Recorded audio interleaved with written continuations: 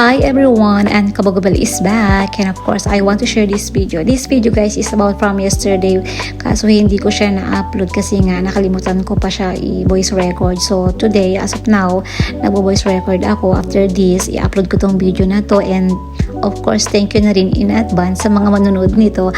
At sa hindi naman manonood, wala rin naman akong paki-charis. Charis lang yan guys, syempre.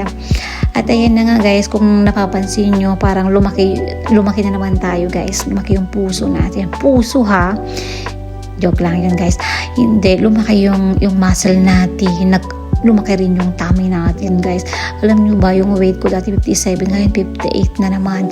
At nag-increase tayo ng 1 kilogram. And it's good. It's no problem for me because we still beautiful. Charis! Syempre, beauty is in the eye to the beholder. Syempre, hawak ko yung mata ko. Kaya ako'y nakakakita sa sarili ko. Syempre, bahala na rin kayo. Basta opinion ko na lang din yun, Charis. Uy, ayan na nga. Ayan, nagmadali na nga kami at ay inaantay kami ng anak ni Madam Damin. At buti na lang guys, ay nakatulong pa ako ng kaunti. Wala lang, nagprito lang ako ng sambusa. Tapos kumain na kami. Kasi simple lang din naman yung niluto nila. Nagluto lang din naman sila ng rice and then Shanghai, tas soup, tsaka salad. Yun lang din naman ang ginawa nila. At itong akob, yung ulam namin is akob. Hindi ko alam niyo, hindi ko pa ito nakita sa Pinas. Pero masarap siya guys. Nilagyan nila ng karne. Kung tawagin nila dito akob.